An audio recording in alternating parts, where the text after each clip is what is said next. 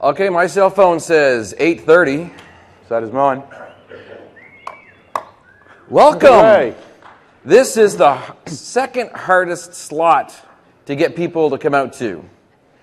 The first hardest slot is actually tomorrow morning when you're all getting up to go on your plane to go home. But this one here is actually kind of tough. So thank you very much. It's great to see everybody out there. We got a nice crowd, nice size. I've got my countdown timer started. It's perfect. Absolutely perfect.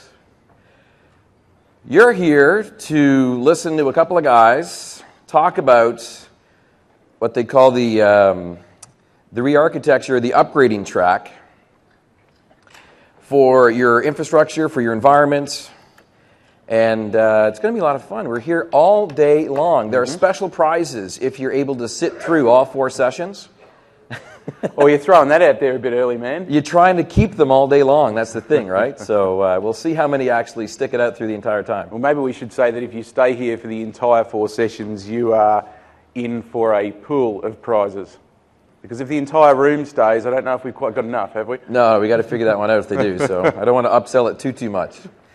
So we are on the Twitters. In case you're interested, I am following what's going on. So if we say a bad joke or if we offend you, we apologize. You're welcome to tweet us with the hashtag, according to the Twitter army, of MDC B323. And I've been told that Australians are extremely good at offence, so I'm going to try my hardest not to offend anyone. So if he kicks me halfway through when I'm talking, we know what's going on. Yeah, I was actually going to bring one of the fishbowl drinks from Bourbon Street and put it up at the front here and put $1 in each time he curses. So this is being recorded. Yeah, I know. And, you know, I know your manager, so well, there was a big thing going on around the keynote time frame when Ian McDonald got up on stage. Will he swear? Will he or won't he swear? Now, who was there at the keynote? I'm pretty sure everybody probably was. Come on, raise your hand. Who's not prepared to... Actually, just raise your hand if you're not prepared to admit that you weren't at the keynote. No? Okay, fair enough. And Ian almost did it. Yes. He almost got there, but he stopped himself. So maybe I'll be carrying the flag for the Australians today, but I'll try not to, because Rick will never forgive me. So my name's Rick Claus, technical evangelist, or senior technical evangelist. I work at a corp. I'm what's known as a global evangelist, which just means that I have no country. I basically will be able to go off and talk about technology just about anywhere. And I'm joined by my good friend Macca, or Andrew. Absolutely. As he likes to say. Tell us a little bit about yourself there, dude. I'm a technical evangelist as well, and I'm based out of Melbourne, Australia. I'm in a team relatively close to Rick's, and I look after Australia and New Zealand from the perspective of technical evangelism for Windows infrastructure, and it's really good to be here. Now, we were chatting last night on the way to Mother's to go have a poor boy. Oh, my goodness. And we were talking about our backgrounds in infrastructure and stuff like that. How many years? We just forget about that. I couldn't even think about anything after eating that po' boy. That was amazing. And people have been telling us there's actually better ones out there. There you go. So how many years been working in IT, dude? I've been in IT for about 20 years now. So over 20 years. I'm 20 plus too, so we're a little bit old, a little bit jaded. Some of our philosophies on upgrades and migrations are a little bit tainted, but just take it for what it's worth. It's our opinion only for how to approach a lot of these different things. Both of us worked as consultants, enterprise consultants, that sort of stuff before joining Microsoft. And we're bringing our knowledge together to basically get this together. Now, the concept, in case you're wondering, this is really kind of a mini-series and track all to itself. We are literally in this room all day long. I already see a couple of guys have the lounge chairs set up here at the front, which is perfect if you manage to stick it out that long. We are going to be covering 4 different sessions. Now, the funny thing is, when you submit sessions into TechEd, you normally submit 4 or more to hope to get them whittled down to get a couple in. Well, when I submitted this, the people that were in charge of the session said, "Oh, those sound awesome. We're going to take them all." So all of a sudden, I now had to adjust my strategy and get good stuff to talk about for all 4 of them. So you're going to see the first iteration of what this looks like. This is the first one where basically we're going to be talking about the big plan of how everything fits together. It's really called Re-Architecting Your Infrastructure with Windows Server 2012 and Microsoft System Center 2012 SP1. We already had a couple of questions at the beginning of the day. Are we going to be talking about R2 content? And the answer is, Kinda. Depends. We're called consultants, right? It depends. We will be doing a tip of the hat and a shout out to some of the new functionalities that are going to be available in R2, but you guys hopefully all went and saw a lot of really good R2 content earlier this week from the product groups, from the engineers, from the marketing folks, really good stuff that's out there. And in case you haven't already figured out, I'll give you a little bit of a hint on what some of the content's going to be like in this one here, which is basically, hey, a tip of the hat, this is to get you up to the current version, what I call N, the current version, not N plus 1, not N minus 1, right up to N, because the current version is your easiest, seamless, less stressful transition point into the R2 when the R2 version comes out. Everyone cool with that? Everyone understand where we're coming from? Everyone's not awake yet? Okay. Well, this is something that is rather interesting, again, because a lot of people that are in here have been working in IT for a while. I'd like to see actually a show of hands. We've got 20-ish years each on this sort of stuff. Who here has been working in IT or who here is basically brand new to the IT world, have been in here for maybe 3-4 years in the IT industry so far?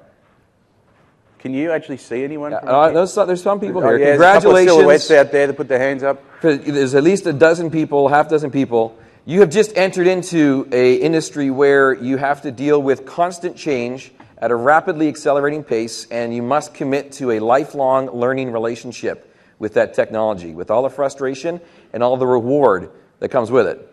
How about 10 plus? 10 plus years working in IT, working at stuff? There we go. Look There's at the majority there. Absolutely. Any 20-year veterans that are out there? 20, looking good? Any 30 years? Do I hear 30? 30. How about 40? 40-year technology. 40. Hey, he's a Hey, couple. we got a 40. Congratulations, sir, for the 40. It all comes down to another thing that you have to be worried about or concerned about when you're working in technology, which is really just a matter of the passion and accepting the challenge for what's coming forth. And you're all here first thing 8:30 in the morning, so I'm assuming that you're passionate and you're ready to accept the challenge for what's going on. But now, how about your infrastructure? For the people that were, the majority of the room that came in here said that they've been working in IT for 10 plus years or more. How many people design the infrastructure they're managing right now? Again, a good chunk of people, which is good. And that's probably the same number of people that's been working with that infrastructure for 10 plus years. Interesting. Because I actually got a quote talking to a customer one time, my absolute favorite quote from one of the customers that I did some work with a little while ago. If I had a dog when I originally designed my infrastructure, it would be dead by now. Quite seriously. I mean, think about it. Going back 10 years in time, going back 20 years in time, working out hard-coded IP addresses. You probably weren't even using IP addresses back then 20 years ago, unless you're one of the old school guys or gals. But you've gone through a lot of change, and there's been a lot of stuff that's been going on. And a lot of the stuff that you've been looking at over the last little while, 10 years ago, hasn't really needed to be touched upon until something goes wrong or until something really requires you to go and do that next level of an upgrade. And then you move on to the next project, do some more firefighting and do some other stuff. And then all of a sudden something else requires you to go and do another upgrade. It's very seldom you see a lot of proactive upgrades in place to prevent stuff from happening in the first place without something telling you that there's a problem and you got to fix it. So there's a difference in the speed and stress that things have to get implemented, right? Well, if your core infrastructure is over 15 years old, let's go back to the Wayback Machine and take a look at this. It's rather interesting. What did your cell phone look like 15 years ago? I love that one down on the bottom right there. I was trying my best to find one of those StarTACs, the big plastic ones that had the fold-out ones. I couldn't quite find that. But more than likely, your cell phone technology, texting was a far and distant thing in the future still.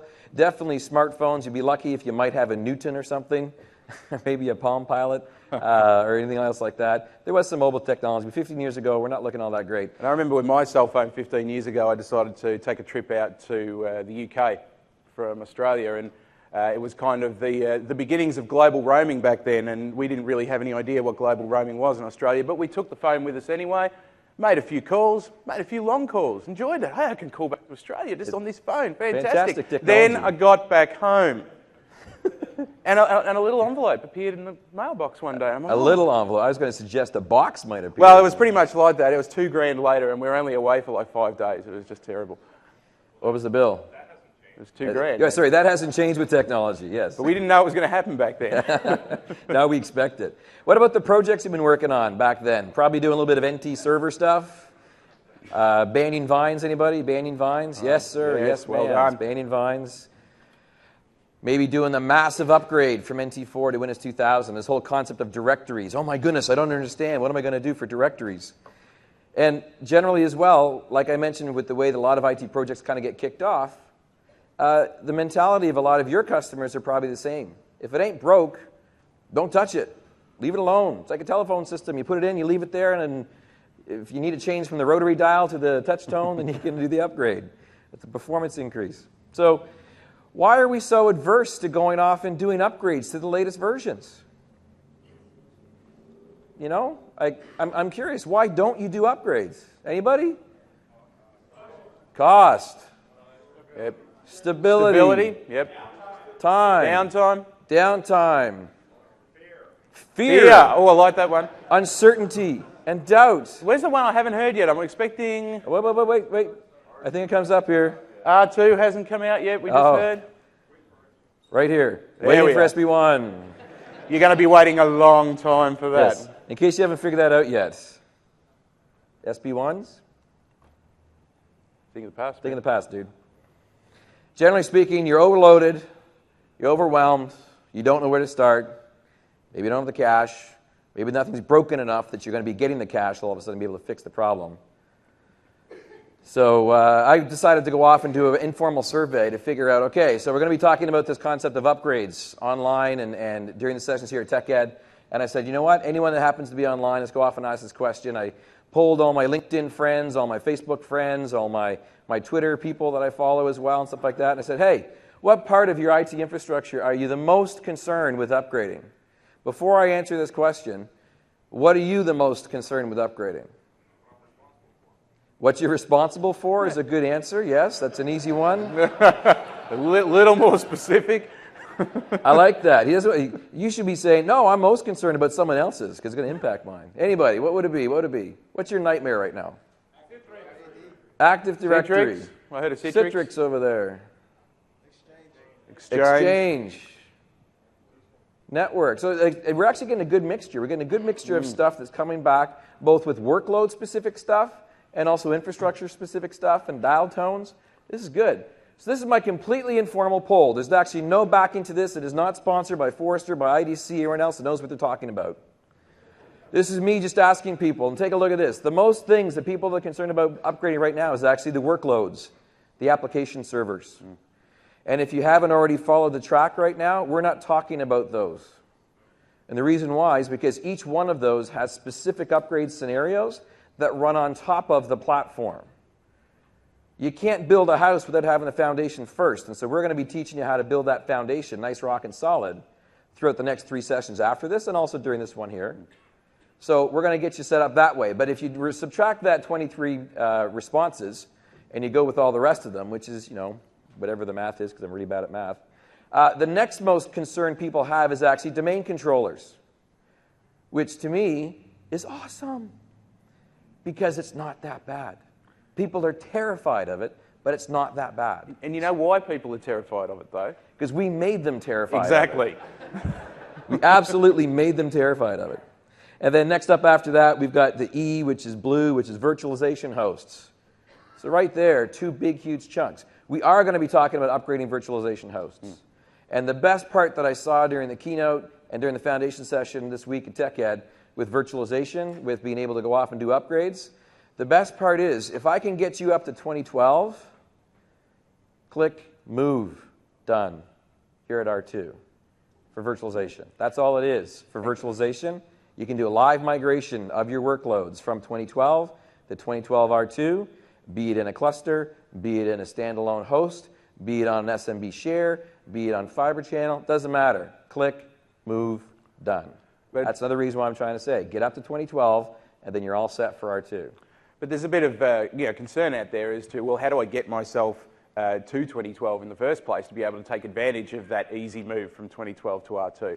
And I don't know if anyone here in the room was there yesterday, but there was a really good session from Ben Armstrong and Jose Beretta around upgrading your private cloud infrastructure, which gave out some really good methods for actually moving your Hyper-V clusters from where they currently are on 2008 R2 across to Server 2012 in the first place. So if you didn't get along to that, check that out online when it becomes available. Yeah, again, because you're here at TechEd, you got the chance to see stuff firsthand. You got the chance to talk to people, hopefully. They'll be continuing to have chances today to go and talk to people. I encourage you, at break, at lunch, get down to the expo hall, get those last questions asked. You can even go off and find them at the Superdome tonight at the party, because we're still there. I'll be there, definitely celebrating, and also answering questions. I'll be there. So get off and talk to people and do that sort of stuff. I'll be there because I'm Australian and there's beer. You got it. That's what we do, right? The other was basically a bunch of miscellaneous stuff, that's specific vendor stuff, and then it came down to file server. I'm actually surprised. Now, B for file servers is the lowest, which is rather interesting. And you'll see why in a little bit, but that's an interesting data point, the fact that no one's really worried about the lonely file server that's out there. The warhorse of the organisation. You got it. So, let's take a look at that first one. Oh, dear. Oh, wrong one. There we go. What version of Active Directory are you running right now? You guys, does this match up? Who is running NT4? Anybody? Do we hear an NT4? NT4. One NT4 person in and the far NT4. corner. Sir, if you come down the front, I have a prize for you. Yeah. Because you're a legend. It's a There's no doubt silver about it. It's a silver bullet and a revolver. No, I'm joking. In all seriousness, obviously, if you are still in NT4 domains, you are way far past the support lifecycle. You're placing yourselves at risk. There are certain cases where you might still need to run that for some reason, and hopefully you know what that is if you are running it, sir. But please, at least say you're up at 2,000. 2,000, anybody? Anyone 2,000? 2,000? Oh, Yeah, a couple. a couple people still? Oh, we're not talking about client. We're talking about servers here talking for about Active Directory. servers. How about 2003? 2003 Expecting a few R2? more hands. There we go. Look Good at that. chunk Yep. here. So that's about, I'd say, maybe a 25% of the audience or so. 2008 R2. Yes. Yes, sir. There you go. That get out of Dodge session did the trick, mate. I know, eh?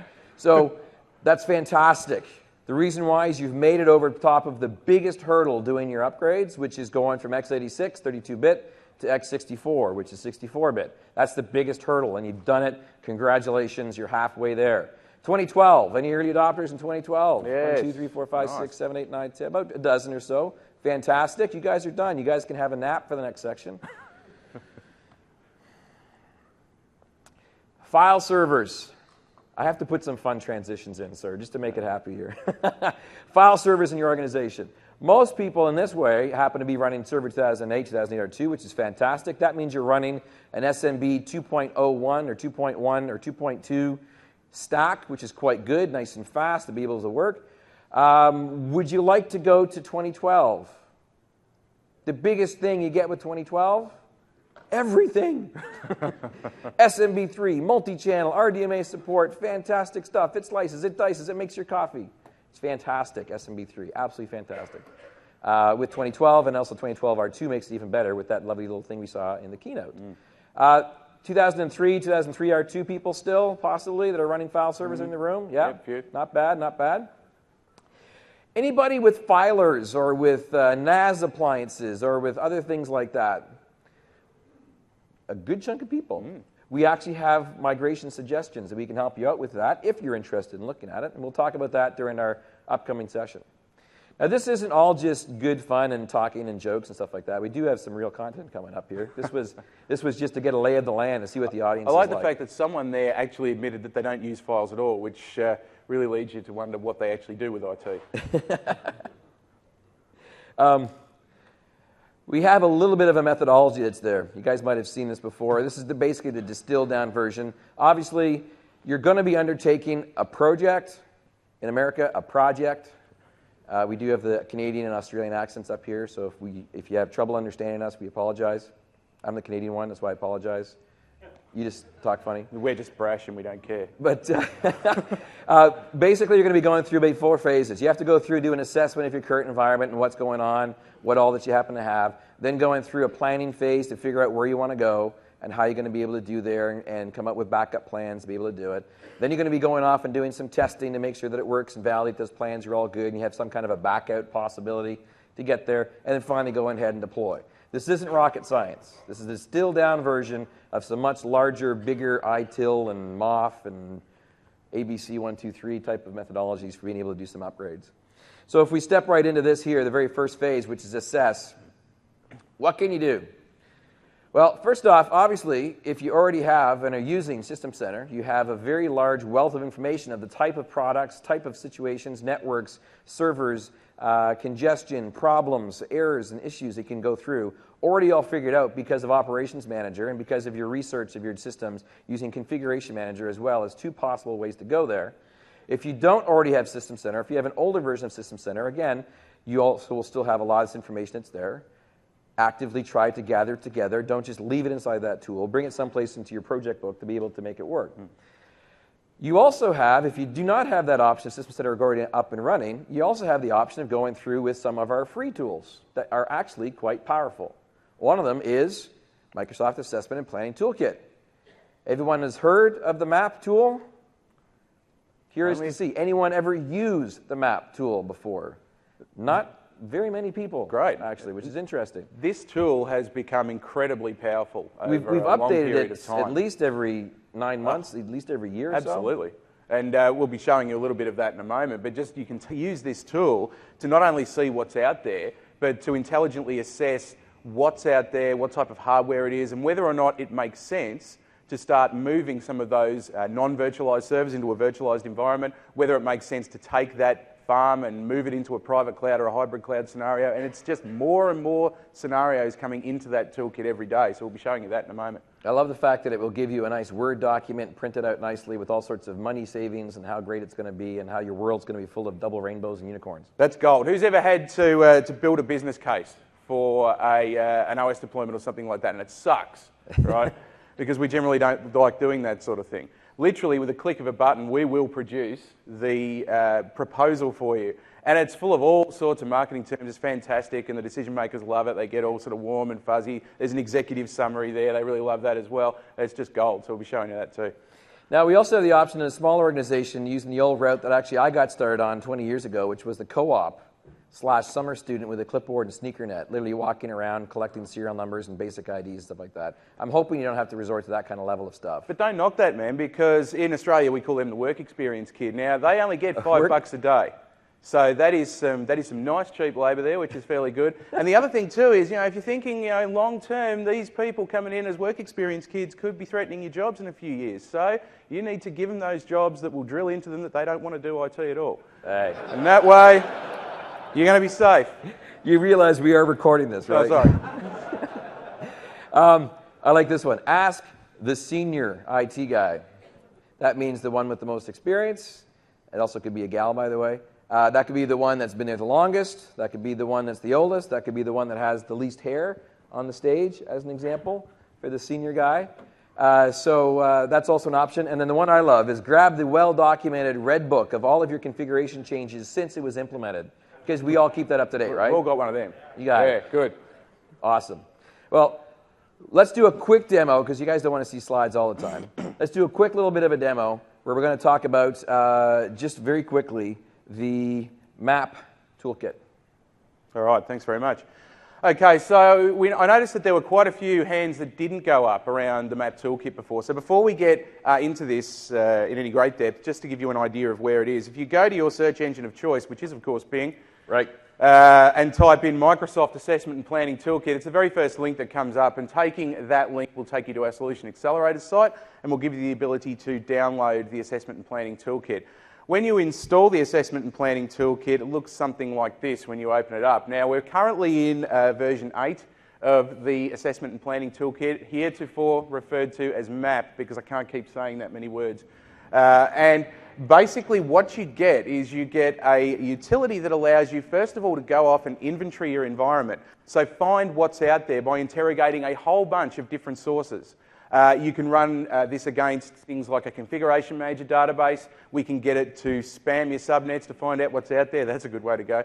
We can utilise WMI calls and all sorts of things to try and figure out which machines are out there. And once we hit those machines, we'll take a hardware inventory of them. We'll do an inventory of their software based on calls to the ARP information, the add remove programs information, as we still call it, even though it's programs and features these days. Then we'll bring that into a database. And you can see in this particular tool... Oh, before you start, though, I'm assuming you all understand this is going to cause network traffic. It's also going to require administrative access to boxes. Yep. It is not something you just want to lightly run. Just make sure you just... I'm covered myself here. Yeah, the network guys, if you have any IDS, intrusion detection systems out there, you might want to warn them ahead of time. That's right. Or that becomes a what do you call it? CEL, Career Eliminating Move. Absolutely. Right. And I'm sure you're all aware that no matter what you want to do, the security guys will say no. Yeah. But that's just the way they are. Now, well, once you've got that information in, yes, sir. That's why you run it from their workstation. Very good point. Now, once we've gathered this information, we then have the ability to run a whole bunch of simulations across it to start getting an idea of whether or not we can, for instance, start bringing some cloud technologies in here. So how many of these older servers, or how many of these virtualized servers or even physical servers are in a state where we could potentially migrate them into Windows Azure virtual machines? You look at our server options down here. How much of your tin fleet could potentially be moved across into a virtual world? Are you in a position where perhaps you should start looking at private cloud type scenarios? So there's a lot of stuff we can do here. We also deal with this from the desktop side as well. So those of you that are potentially looking at an upgrade to Windows 8, one of the challenges you're going to come across straight away is whether or not we have the hardware capabilities out there to actually support this upgrade. And of course, this is relevant for the server side as well. So we'll look at what's already out there and we'll start running those numbers and give you a bit of an idea as to whether or not your hardware is even in a state to move to the version of the operating system that you're intending to. So what I'll do is I'll just give you a brief outline of one of these, for instance, which is our cloud option here. And, oh, thanks, mate. That was really nice of you to mention me on Twitter then. Oh, you left your Outlook open. I left that open, never mind. Now, what we can see here is we've got our cloud scenario, and this is telling us that out of the inventory that we've gathered, we have a certain number of virtual machines out there that could be potentially moved into Windows Azure. And if we were to drill a little bit further down into Windows Azure, exactly what type of profiles for those virtual machines we'd be needing to use. Do we need extra small, large, etc., etc.?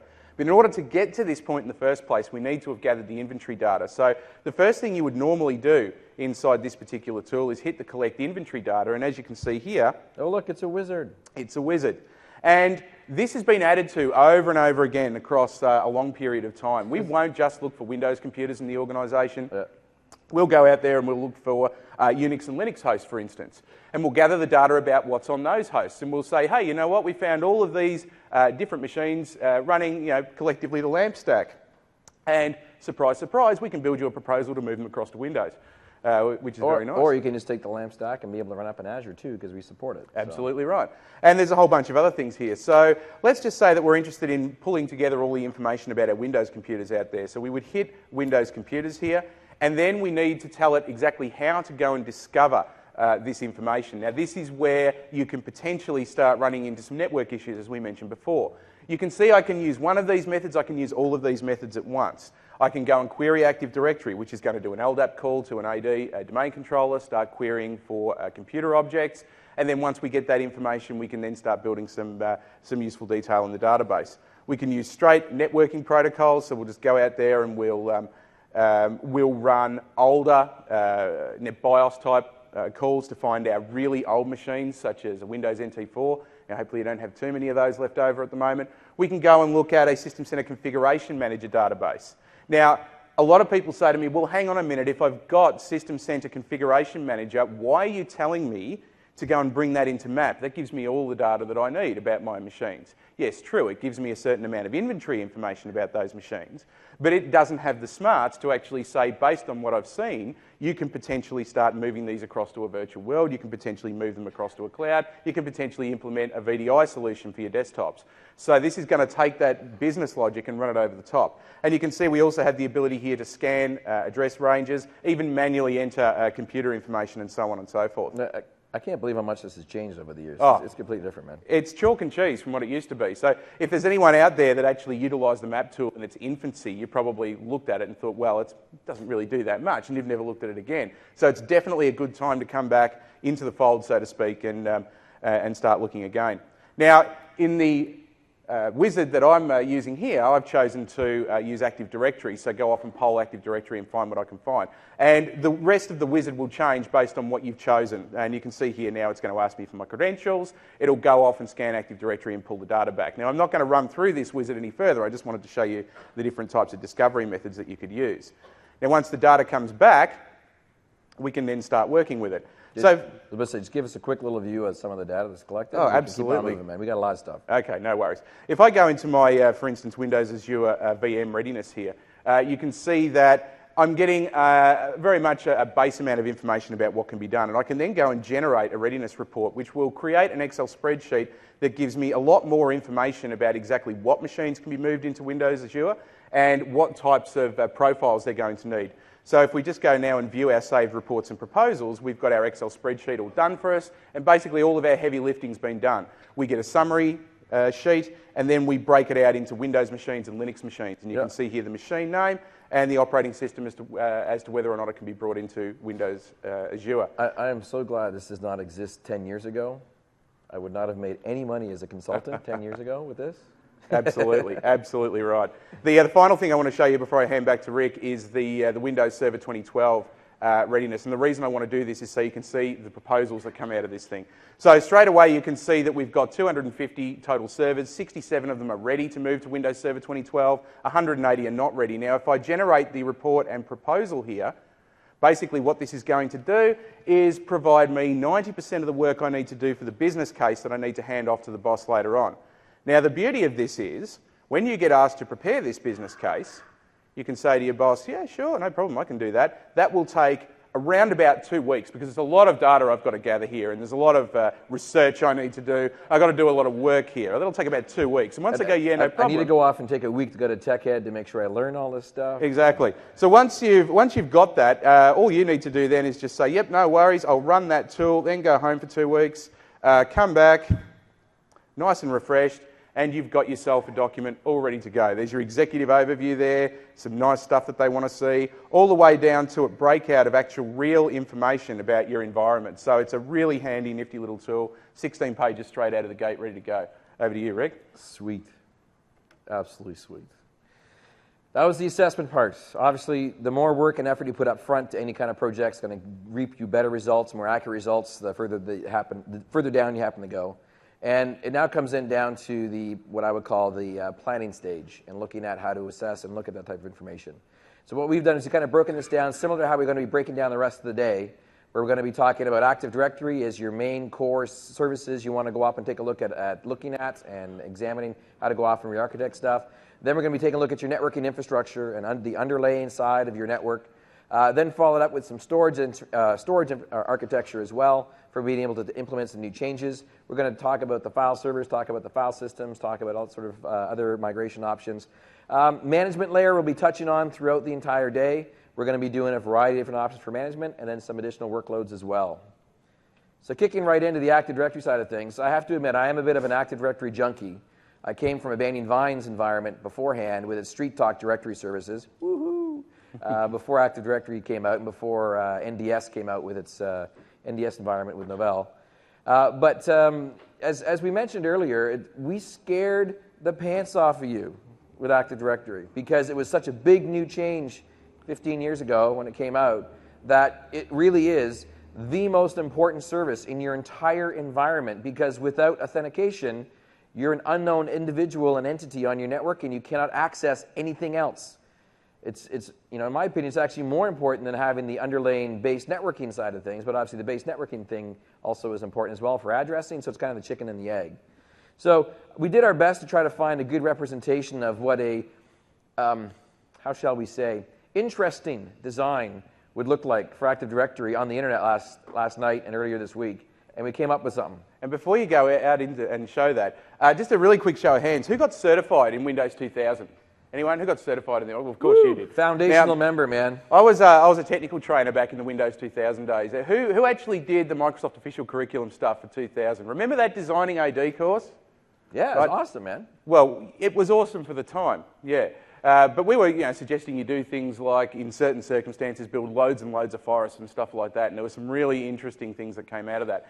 And one of the students I had on that particular course was looking at designing his Active Directory. And unfortunately, I made a really poor error of judgment when I was trying to describe how Active Directory relied on DNS as its underlying naming topology. And I said in class, it's like you can name your domains just like websites are named these days. And the guy in the class has gone, Bang, light on. I understand. This is great. I'm designing my environment. He worked for the Melbourne Cricket Club at the time. I'm going to design this environment. Cricket, that's like the Australian and British version of baseball. So you're going. Anyway, and he said, that's great. I'm going to go back tonight. I'm going to design my domain. I'm going to get it in. He came back the next day. He said, fantastic. I've done it. I'm in. I go, great, man. How'd you go? He said, really well. I named my domain www.mcc.com.au. Wish I hadn't said anything about websites now. Anyway, Rick. Nice. So we actually found this picture on the net of one possible multi-tree forest topology. And the person that designed this actually didn't even know the correct terms that we were using back then. It should be a multi-tree, multi-forest topology with this kind of a look. In the past, it was a hard and fast rule. If you needed a security boundary, that was your domain. And then as Active Directory matured, the security boundary is actually the forest, because you can do forest trust and sort of stuff. And it really depends on how to go off and implement. Ideally, what is the absolute best solution for your design, looking at your Active Directory, can be summed up in 4 letters. KISS. Keep it simple. You fill in the last one. The idea is that the simpler it is, the easier it will be to manage, the less complex it is to troubleshoot things, and more than likely, with the modern additions that we've been making to Active Directory over the years, it will be able to meet your needs. In the past, you had a different domain because you needed a different password policy, or you got third-party tools to do it. Since 2008 R2, you're able to have password settings objects, which allows you to have multiple password policies inside a single domain. You can do delegation on the OU level. I loved seeing those OU structures that were beautifully designed along business units, and then all of a sudden it fell apart, and then it just stuck everything under users and stuck everything under computers and sort of stuff. You'd see that a lot when people move jobs as well. Certain administrators would move out and new administrators would move in. So you'd be looking at that. There you go, department, geography. Oh, where'd that come from? And split out all over the place. Yeah. Or else you'd see multiple versions of that same structure they wanted to manage it with. The secret is Active Directory is designed for the administrator, all of you in this room, for how you manage your objects and how it makes sense. And then now we're lighting it up with even more in 2012 and 2012 R2 to be able to do more security level stuff with Active Directory, with the ability to do claims-based access or dynamic access control, where we actually use attributes that have been lit up inside the Active Directory to be able to include on ACEs, or access control entries. So fantastic stuff coming down the pipe. Most of you put up your hand saying you're 2008 R2, and a few of you said you're 2012. We're going to get you there in the upcoming session for what it's at. But underlying principle, keep it simple. If it's messy right now, you are going to want to try to clean stuff up and to make it easier. It is a big project. There are things that are going on. There's lots of tools and guidance how to do it, but it is getting easier, much, much easier. So, Active Directory. Any closing thoughts? We're good? Yeah, we're all good. Okay. Networking infrastructure. Okay, first off, getting your IP addressing issues in order.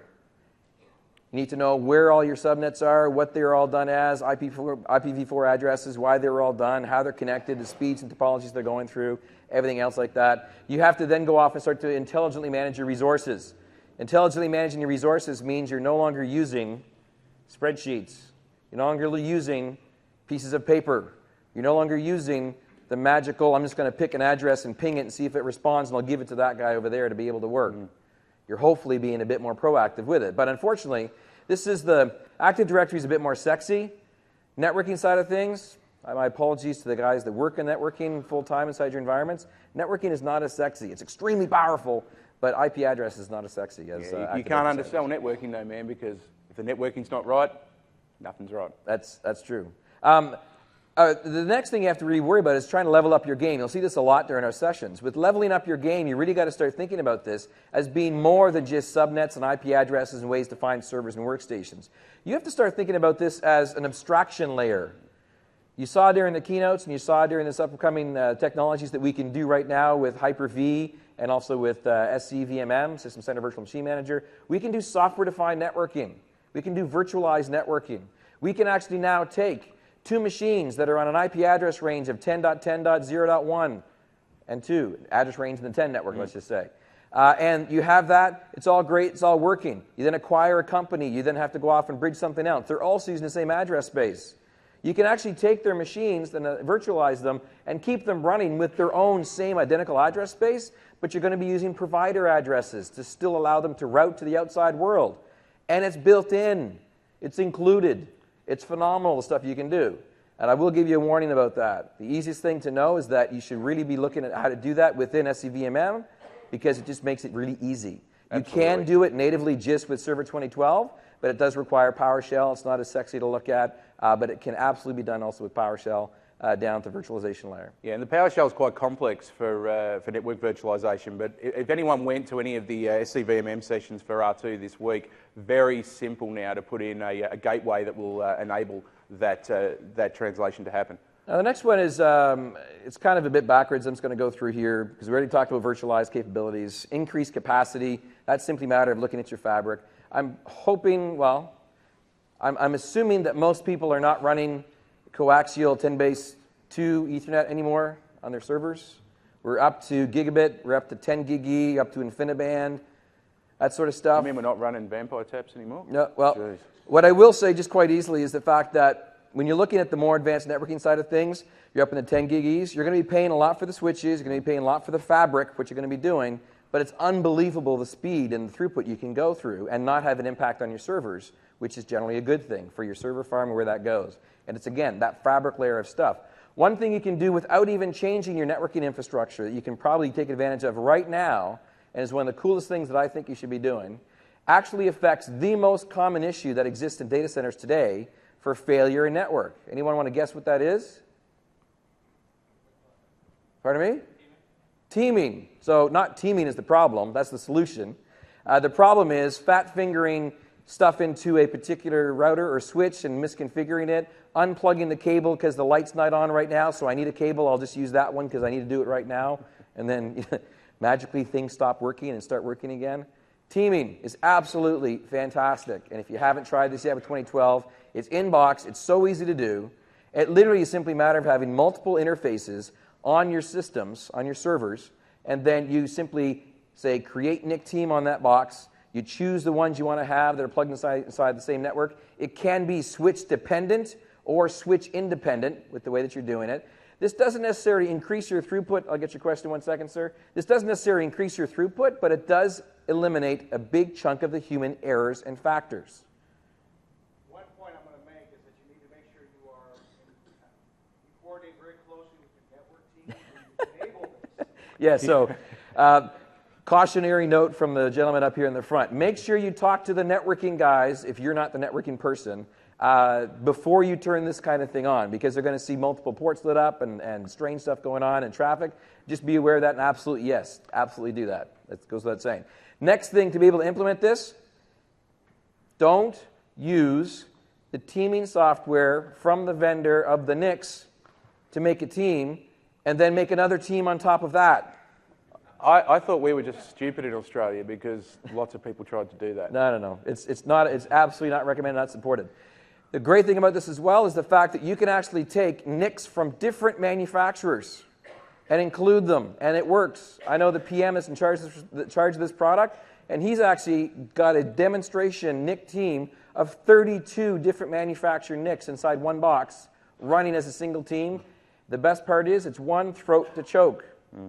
Microsoft's, if things aren't working. There's no longer the finger pointing going on. Please, 2012, NIC teaming, inbox, it's free. Use it. It's awesome. It's great. It's supported with the proper drivers. So the idea is that if you have one NIC that breaks, the load just keeps on going and continues to work. If my slide builds correctly, there we go, and continues to work without interruption. Very easy to build and do. Yes, sir? It's now asking, is it still advised not to do that in domain controllers? I would say it absolutely works. It is supported because it is now part of the lower level operating system at that point in time. It makes a new NIC that's on there. However, my personal background from working with Active Directory for so long, I would still be cautious and hesitant and wait for it in the lab, see if it's happy and if it's all working fine, and off it goes. The main issue that you had with teaming in the past was simply a matter of unknown addressing, if it's going to work correctly, multiple registrations to DNS, causing confusions. That should all disappear because when you make the NIC team, it appears as one NIC to the operating system, one address, and it's all fine. So I want to say it depends. Check your documentation. Come back. Next up is storage architecture. Storage is something we've been talking about all week. In case you haven't noticed, we've made massive investments on the storage side of things. And the first question I always get asked, and the first question that Jose gets asked, Jose Barreto, at the experts or any of his sessions, is, I just made a massive investment in product X, iSCSI, Fiber Channel, vendor A, vendor B, whatever it is. Should I just throw that all out and continue to go down this new path? And the answer is no. Do you have problems with performance? Do you have problems with I/O? Do you have problems with resiliency, difficulty managing it? Is there some other reason why you would want to stop using that investment? Then evaluate the best way to approach it. Don't just throw out the baby with the bathwater and do it. I'm hoping none of you actually would anyway. I've got an interesting story about this, though. An example of that is the hands-on labs here at TechEd are actually run by a company called HOL Systems, Hands-On Lab Systems. In case you don't know, there are no servers on site that are running those hands-on labs. They're all in a data center back in Florida, in the cloud back in Florida. And they have resiliency, multiple pipes, and all sort of stuff. He actually started off and had his original architecture design from a year ago was 50-plus Hyper-V hosts with gobs of RAM, each one with dual-channel HBA cards, talking to his SAN in the back end to be able to have clusters and virtualize and all sort of stuff. Is all great. When 2012 came out, he decided to go off and change his architecture, remove all of the HBA cards from his Hyper-V hosts, and then simply front-end a SAN with 2 scale-out file servers and a cluster, and put gobs of cache on top of those guys for caching purposes, and then put multiple HBA cards in those 2 systems. And then all 50 of his Hyper-V hosts point to a scale-out file server SMB share on the back end. And an interesting thing about this is that at TechEd, as of this morning, there were This is hot off the press. 57,000 virtual machines launched since the beginning of TechEd. There were over 14,000 lab scenarios launched since the beginning of TechEd. There was an average of 4 virtual machines per lab scenario launched as of the beginning of TechEd. And the experience has been great for being able to get them up and working. You get these systems up and running within a matter of minutes. They're going, they're good, they're there. The caveat of that is we are limited by the pipes of the internet to get in, to get out. And we'll be working on making sure those are solid and there. But he also does the same thing on the public internet as far as our virtual labs environment with TechNet Virtual Labs. And you'll see the experiences there too. Architecturally, phenomenal. As we can see from cloud-based technologies, we have weak links in the chain, and we're at the mercy of different pieces of those weak links. What's your ideal endpoint design? How many storage solutions do you happen to have currently right now? Who has SANs in their environment right now attached up and working with stuff? There you go, of course. How about filers, specifically filers and NASs, that sort of thing? A couple things like that. How about direct attached storage? Everyone put your hand up. You all have direct attached storage. Just had to ask the question. So basically, can you look at starting to consolidate, starting to simplify? What's the headroom available? Are you able to expand upon that as you need to? The answer to this really comes down to there is no single solution to that answer. Now, I just quickly really wanted to reiterate the concept behind storage groups. Just to kind of, again, step back. We talked about this with networking. Networking, you have to think about abstracting the fabric and turning this into more of a fabric conversation as opposed to subnets and routing capabilities and routing tables. From a storage spaces perspective, you've got a bunch of disks that happen to be out there with a variety of connection mechanisms. Doesn't have to be SAS, doesn't have to be Fiber Channel, doesn't have to be iSCSI, whatever it happens to be. You then are able to go ahead and to basically group these guys together into storage pools. Typically, you're going to be, in the current version of 2012, grouping them by performance. In 2012 R2, you don't have to worry about that, with the caveat that you at least need to make a differentiation in case you haven't realized this yet. It needs to be SSD and other. It's not able to determine a difference or create tiering based on 10,000 RPM, 15,000 RPM, 7,200 RPM. It's simply, does it spin or is it stationary, to simplify it out, right? That's for the storage tiering that we have. The question is, are we going to change that anymore or any more? in the future, and that's unfortunately one of those forward-looking statements I can't comment on, and that's all I'm going to leave it at. You then go ahead and basically make storage spaces, which includes making a disk, and then once you make a disk with a protection layer, you then expose that to the operating system by making a volume, and then those storage spaces are now across the board able to go in and be expanded upon for more resources, thin provision, and then thick provision if you wanted to. Ultimately, you simply are exposing volumes off to all of the other 2012 server capabilities. So this is, again, one of those foundation layers, laying a solid foundation on storage and networking and identity with Active Directory to be able to go into the next level of where you're at. And then obviously you have different types of guys who are going to go off and hit them. Now, I love this one here as well, is because this is also thrown in as a good reason why you want to go to 2012, is this concept of dedupe being brought in. Any NTFS volume, clarify that, any NTFS, not the new REFS, any NTFS volume has the ability to do deduplication. And again, this is one of those, your mileage may vary for how much you actually get. I'll give you a warning, like that Android phone ringtone that just went off right now. I'll give you a warning that, again, you do not want to be enabling this technology of deduplication on top of another technology that's already doing it for you. Like if you're using a filer or a SAN or whatever happens to be, it's doing deduplication already. This is, again, something if you don't use those technologies to be able to do stuff. The biggest savings you're going to get, obviously, is off of VHDs because there's lots of common chunks. Software deployment shares as well. Then generally file sharing stuff, you're looking at 40%, 50%, whatever it happens to be. You're getting free disks, and you're going from there. Now, when you combine these technologies, again, stepping back from a fabric perspective, you can combine these together in some really new technology. Anyone ever hear of cluster in a box? Put up your hand if you've seen cluster in a box. Everybody else that did not put up their hand, I strongly encourage you to go down to the show floor, take a look at what the vendors are offering down there for the concept of cluster in a box. Data On, as an example, just announced their new product for what they have for cluster in a box solutions, which basically is, get this, it's a piece of tin, industry term, 2U configuration, self-contained, architecturally that looks like the guy on the white, on the left-hand side over there. You've got two separate nodes. These aren't blades. Two separate nodes, completely independent from each other, with separate power. They're able to redundantly power each one, with the fabric switch or storage controller inside of them talking to a JBOD or just a bunch of disk. Or they have an LSI card in them and they're talking directly to the disk or whatever it happens to be. And then you have the ability to expand upon that. What does it give you? It gives you the ability to have availability and a cluster set up in a single piece of tin that is able to be done all from a simple click wizard interface to the install, nice and easy. And it's a phenomenal building block. In the past, clustering was more difficult. We simplified it with wizards, but it still requires massive investments in hardware. This is all self-contained, like you buy in a server, and it's all there.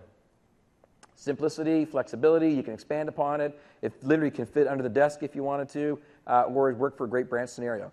But think beyond that. Here's an example of what the Data On guys look like. That's what it looks like. Literally, you got two separate nodes talking to your JBOD in the front of those disks. Definitely check that out down in the showcase floor. They've got a really good demo going of just a video playing while they're failing over between the nodes over and over again. Offlining disks, onlining disks. It's really quite impressive. I did a executive briefing to, let's say, just a pharmaceutical reselling company that's here in the States that has a number of branches across all the states.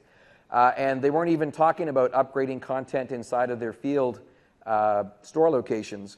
And after I was talking about this and resiliency and how it builds it all up and then changing your mindset for architecture and looking at using these as building blocks, they're like, those would make total sense to use them inside of our retail locations, because if the server in the back goes down, no one's making any sales anymore. So fantastic, but it also happens to fit right in the sweet spot middle.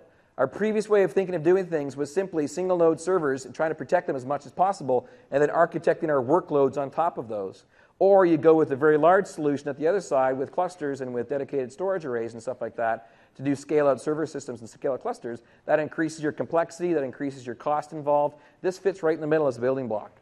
So if I was doing active designs currently as a consultant, I would be using something like cluster-in-a-box technology, insert vendor X name here, as a phenomenal branch solution, as a phenomenal architectural layer. And now think of this again from a fabric perspective. This is a compute node. This is a storage node. This is a networking node. Think of this, level up, where your conversation's going. Now, from a management perspective, is coming up next. Again, there are a variety of tools and solutions you can use to be able to get stuff done. Some of them are going to be in-box. We've done a lot of investment with being able to do very high-level management and detailed management as well, just with the in-box tools, but they only scale so far. Then you have to go, obviously, and look at complete solutions. I'm assuming you guys can probably see where I'm going with this. I work for Microsoft. Where are we going? But just a little bit of a cautionary note. This isn't an all-or-nothing solution. This is a phased approach for how you can implement stuff, right? Yep. And you see this all the time, that people have made investments in potentially earlier versions of System Center. They've really got to grips with things like Configuration Manager or Operations Manager. In Australia, the majority of the System Center implementations are either Configuration Manager or Operations Manager because they've been around for a very long time. People are comfortable with them. And then when it comes to looking at System Center 2012, they say to me, well, what are we going to do? We need to put all of this in at once. And absolutely not, because you need to really understand the bits of System Center, the different components of System Center, what depends on everything else. And if you've got those existing implementations of, let's say, a Configuration Manager 2007, you need to think about how you're going to get that across to 2012, because it's not going to be a case of run setup.exe and upgrade it. So you do need to really consider carefully exactly how you're going to bring this in. More to the point, you also need to think about the phased approach to your skill set, because System Center 2012, whilst it all looks and feels very familiar, has very different components that do very different things, and you need to make sure that you've brought yourself up to speed with all of those. Now, they do orchestrate themselves nicely together. There's my pun of the day, orchestrator, to be able to make them all work nicely. They have a high level of automation. As you saw from the keynote and from where we've been going with this all this week, this is going to be your new interface to the 3 clouds that you'll be managing. The idea is that you're no longer going to be thinking about, oh, is this going to be a private cloud? Is this going to be a public cloud? Is this going to be in a hoster? Is this going to be up on Azure or something like that for IaaS? No. I need to deploy this. Go. And then choose, okay, it makes sense for me. I'm going to put this stuff all in-house. I'm going to put this portion up here. I'm going to put this portion at a hoster.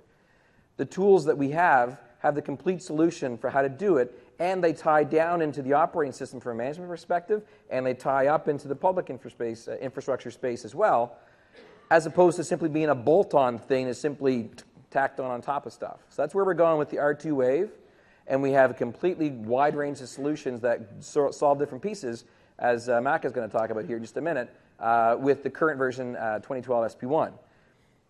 And again, it's the last little bit here. It's the transition phase where I'm trying to get at back into a whole concept of fabric management. It's kind of interesting to look at where System Center has come from too, because there is very much that entrenched mindset of I'm a config manager person, I'm an operations manager person, and it's been very hard, at least in our area of the world, to try and break that. And really, that comes down to looking at what System Center's come from in terms of where it started. So those of us that were around back in 1994... That's your best view in the build, just in case you're wondering. Excellent, thank you. Would remember a little product called SMS.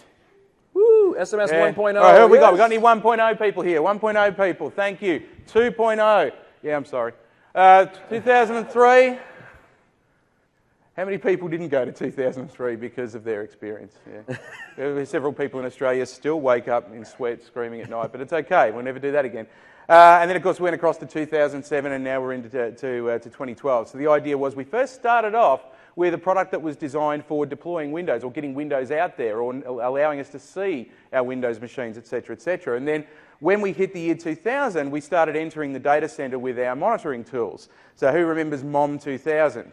MOM 2000 was a great little product, and then you turned on the agent and your network started to suffer a little bit. And then we worked on that quite significantly, and in 2005 we rebuilt that from the ground up. We had a very much lighter touch on the network, and of course through 2007 we really rewrote that considerably to bring that in line with the principles, the guiding principles of System Center. And of course in 2012 we've got to the point where we're doing network monitoring, we can do deep application analysis and so on and so forth. And then in 2006 we went out there and we brought out Data Protection Manager, which was all based around NTFS journaling, which was an interesting way of doing the tracking of changes for a backup product. And then we brought out another version of that and started moving towards block level changes and so on and so forth. And in that year we also really started making some strides forward in our antivirus and anti-malware capabilities. And I just want that to move across. There we go. 2007, we brought out VMM. That was our first iteration of that. And really, that was all about just looking after those massive fleets of Virtual Server 2005 that were out there in the world. And then in a couple of years later, we started looking after things like Hyper-V, and then, of course, we've moved into to Zen Server, and we've moved into ESX and vSphere as well. In 2009, we acquired Opalis, and Opalis became eventually known as System Center Orchestrator, so that started giving us runbook automation. And you can see that it's a... I love MOM as an acronym. You know what the acronym is for orchestrator? Scorch. That's cool, man. That's a really cool good. acronym. Yeah. Sounds more scorch. Sounds more aggressive. It is aggressive, yeah. MOM. That's right. There was a joke that went around in Australia, and I can't even remember what it was now, but there was mum and there was mom and there was dad. I can't remember what dad actually stood for now, but anyway. Of course, we had sus in Australia, so I don't know. Does sus mean suspicious here in America? So when we originally had sus in Australia, that was a source of great hilarity. But anyway, so you can see here that there's this multi-year journey where we very carefully and considerately built up our capabilities. So as we move forward, over the next few years, we grab Abbey code so we can start getting the deep application monitoring and so on and so forth. And eventually we end up in a position where we bring all of these up until then separate products together and make them into a single product called System Center with a bunch of components in it. Now, we've just got a really quick slide here that gives you an idea of what each of the components actually do. And I won't attempt to go through all of those because I'm pretty sure you're aware of most of those already. Just be aware that when you're dealing with the acronyms that you see on this slide, that will cause certain amounts of heartburn and stomach acid to happen in certain people in Microsoft, especially around product naming. The branding police will get upset. Branding people get upset, especially for things like Configuration Manager, which has an acronym that we're not allowed to use internally. But as you can see, virtual machine managers, managing our fabric, app controller is giving that self-service portal out to the end users to be able to hook into VMM and start deploying those applications, those multi-tiered applications. Now, I'm assuming you all understand this is all licensed together as one. It does not require that you implement every single one inside your project. Phase it in. What are the pieces you need? What do you want to start doing stuff with? Virtual Machine, I was about to say it. Virtual Machine Manager, the start of going into cataloging all of your resources, starting to make that transition to Fabrics and how you're going to go off and manage them. Very, very wide-reaching. Operations Manager, phenomenal level of deep, rich insight about what's going on to be able to give you proactive ways of fixing stuff, tweaking and tuning where they go. Third-party support for non-Microsoft products for managing, monitoring down to your switch layer, down to your Linux layer, down to your Unix layer, down to application layer. Phenomenal stuff. Has really gone through a great level of maturity. Absolutely. And just to sort of round that off, if I can get the clicker to work. Did you break it? It's coming. There it is. Really what we're seeing here is sort of an overarching story for the way in which we utilise System Center. So the idea is we have these two diametrically opposed forces in your organisation, the app owner and the data center administrator. The app owner wants to get their application out into the organisation as quickly and as efficiently as they can, and they don't particularly care about what resources in the data centre are used to do it. And the data centre administrator is all about making sure that they have control of the data centre, that we don't end up with resources that are being utilised unnecessarily, that we don't have some piece of rubbish being thrown over the fence from dev to ops, and then everyone blaming ops when things don't work properly, because that never, ever happens, does it? Right? And the way we sort of approach this is ultimately what we want to do is we want to give the application owner or the application requester or the service requester a self-service capability to be able to go and select from a catalogue of what's available, potentially put in a service request for what they need. So, translation, controlled experience they can't mess up for the resources you manage and control. That's the easiest way to think of this. And the reason they can't mess any of this up... Want me to hit the space bar for you? Yeah, thanks. That'd be good. You know what? Say beep, and I'll press the button. Excellent. All right. And the reason they can't mess this up is because we've defined within a central authority what those different services or those different applications that they can request actually look like, and we call that a service model. So what components are built into this application? How do they hook together? How do they need to be deployed? Where do they need to be deployed? Are they deployed on premises? Are they deployed into a hosting provider? Are they deployed into a public cloud? Beep. It works. Once we once we request that particular service, utilising the definitions in the service model, we then feed that into a service delivery and automation engine, which effectively orchestrates all of the components that are needed in order to do this and get the application or the service actually deployed. Beep. Beep again. And that deployment, once configured and deployed, can be deployed into any of those 3 standard environments that we know about with the Cloud OS. So potentially out into Windows Azure, into your on-premises environment, into the service provider environment. And all of that is being controlled with all of the appropriate checks and balances by the data center administrator. So they are defining what the actual service model looks like. And we know that for this particular application, this tier utilises this size of VM and it goes on premises. This next tier goes into the hosting provider and uses this tier of VM. And once we've deployed all of that, we'll start monitoring and operating it. So we'll look at how the applications are actually functioning, pass back information to the data center administrator so we can say, hey, look, I know that your code's rubbish. I can see the line that's rubbish. Don't tell me it's my fault. Hand that back to DevOps. Hand that back to development, sorry. And then development can ensure that that is fixed up. Now, if you look at that, the various components fit into the different aspects of the Cloud OS at different stages. So in the self-service stage, you're looking at App Controller and Service Manager. Service Manager flows through into the automation engine along with Orchestrator. And then the rest of the components actually do the heavy lifting from that point on. Beep, beep. So back to our original slides here. We've done the assessment conversation. We've done the planning conversation. Now it's a matter of, okay, where do we go next? Well, obviously, test. The idea behind it is, where do you get experience doing this? Well, you've already started with your research, being able to do stuff, obviously being here by TechEd. Any of your friends and colleagues who are not able to make it to TechEd, they should know that obviously they can go to channel9.msdn.com. They can download, and you can download any of the sessions that you saw. What they missed out on by not being here was those hallway conversations, those Ask the Expert nights, and the hands-on labs experience and the instructor-led lab experience that out there, certification stuff. But more importantly, they missed out on all the fun and activities that we've all had as a community here at TechEd, on Bourbon Street, on the vendor parties, at the expo hall, stuff like that. Oh, such fun. Yeah. I've got a picture of him walking down the street with 2 hand grenades, one in each hand. The other place you can go is to obviously go in and to download and use and try these products yourself. The MSDN subscriptions, TechNet subscriptions, or if you don't have either of those, going to technet.microsoft.com/eval-center to go off and to download individual products. If you haven't already noticed, if you go to technet.microsoft.com/eval-center, there is an option to subscribe to an RSS feed or to register yourself for an email to be notified as soon as possible for what that happens later this month, around the 26th-ish. What would that be? Pardon me?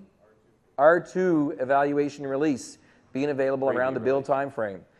Wake up early, fire up those downloaders, and start going, because there's a lot of stuff to bring down in the download. And I've already had one conversation on the Channel 9 interview stage this week with Vijay, who's the owner of System Center Virtual Machine Manager, one of those things you should take a look at very soon for fabric management. And he was saying that they're actually going to be making available a self-configured VHD bootable with it all installed, that all you do is you download that, load that into your hypervisor, and then boot it up. It's a member server. You join it to your test domain, not production. You then are able to go off and to manage your test environment and get the look and feel of how that all works. And you'll be able to provide feedback on how to improve the product, what's not working. We collect telemetry information. There's forums you can go and interact with. You can tweet us. You can talk with us. We'll provide that feedback back to make it even better. You obviously also should try to seek out and enjoy and try to find other types of in-person events. Person-to-person, face-to-face conversations with your peers and your professional network is one of the best ways to go off and hear how Sally did her implementation of MOM for their environment, how Bob did his implementation of private cloud infrastructure, what was Jared's implementation of trying to get data out of the cloud and to get it work back from a different vendor, and the differences between that and working with ours, picking on Jared right there in the third row. Your professional network is extremely strong. Use them, leverage them, or leverage them to make it all go off into work.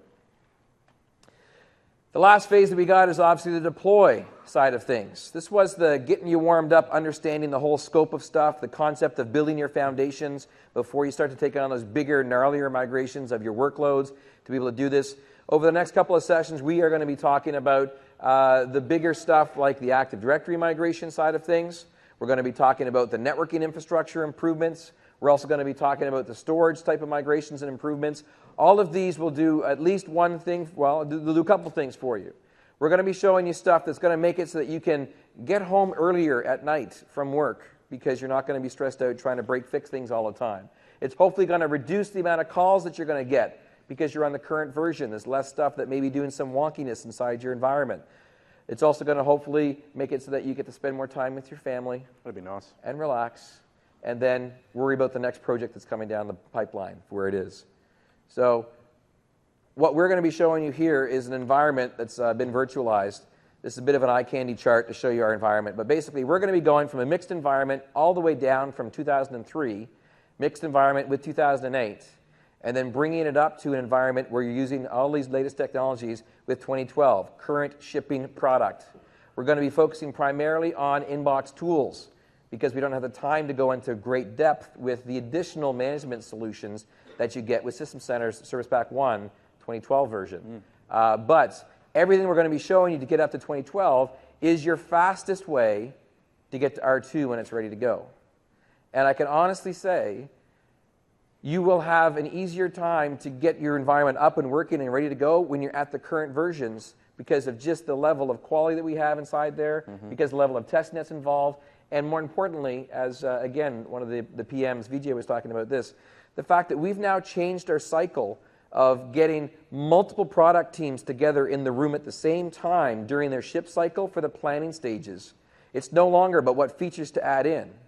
It's conversations with you at events like this that come up with scenarios that aren't solved yet. And then across all three of those parties, let's say Azure, let's say System Center, let's say Windows Server, they all sit together and say, what's the scenario and how can I solve it? And if they all don't have an answer, it goes by the wayside to say, okay, go back and figure this out some more because there is a holistic view on all of this that fits all three of those. And if they can't do it, it sits out, it gets mashed again, and get brought back in again. It's absolutely phenomenal whether you go through that type of iteration of what's going on. So from a related content perspective, you're going to want to be looking at, obviously, staying here all day long for upgrades. We're going to be looking at reimaging and reimagining migrating your Active Directory environment as your main core infrastructure. We're going to show you both how to do it from 2003, how to do it from 2008 R2. Unfortunately, gentleman in the corner over there with the yellow shirt that has NT4, I'm sorry, we can't help you out right now, but come down and talk to us later on. We'll see what we can do. Then we're going to be doing, after lunch, networking your infrastructure and networking infrastructure and management. And then we're going to wrap up the day with file services, file storage, and file storage options.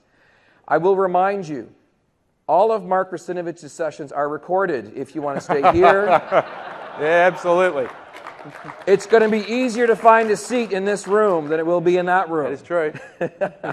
But you are welcome to obviously go off and to take a look at the stuff that Mark's got. Some great stuff, but obviously he's got a great crowd that comes out to be able to do stuff. Some other resources you should take a look at in learning. You guys are aware of this. All the sessions are available. You can download them now while the internet's fast and strong with the plug-in connection to be able to go off and to get them and watch them on the way home. You can get them back at your office environment too. Share them with your friends. Microsoft Learning has some great resources as well for Microsoft official curriculum and content to be able to do stuff. TechNet is an area that I contribute a lot of information to with Microsoft Virtual Academy and others, and also MSDN. But the most important thing that you can ever possibly do while attending TechEd, besides networking and building your personal network, is to fill out the evaluations online for every session that you go to and give us constructive feedback on how we can do better, and also by giving us fantastic scores so we get to come back in the first place. That really helps. It does help an awful lot. So I would say, please, if you could, take the time, visit ComNet, fill out your evals. Don't forget, higher numbers are generally better than lower numbers, not the other way around. I don't want to be number one. We'd rather be up higher. And, of course, you get the chance to be able to go off and to win fantastic prizes. They're all still here. They're all still good. I would also encourage you, go back down. The expo hall is still open. It's a bit of a walk, but it's still open. Go get those last-minute connections with those individual vendors. They want to go off and talk with you and work with you. And with that, I'm just going to say thank you for spending your first morning session with us today. We'll see you back in half an hour, yeah? In about half an hour, we're going to be starting up with some gnarly demos about upgrading and managing your Active Directory environment. I hope to see you soon. Thanks a lot, everybody.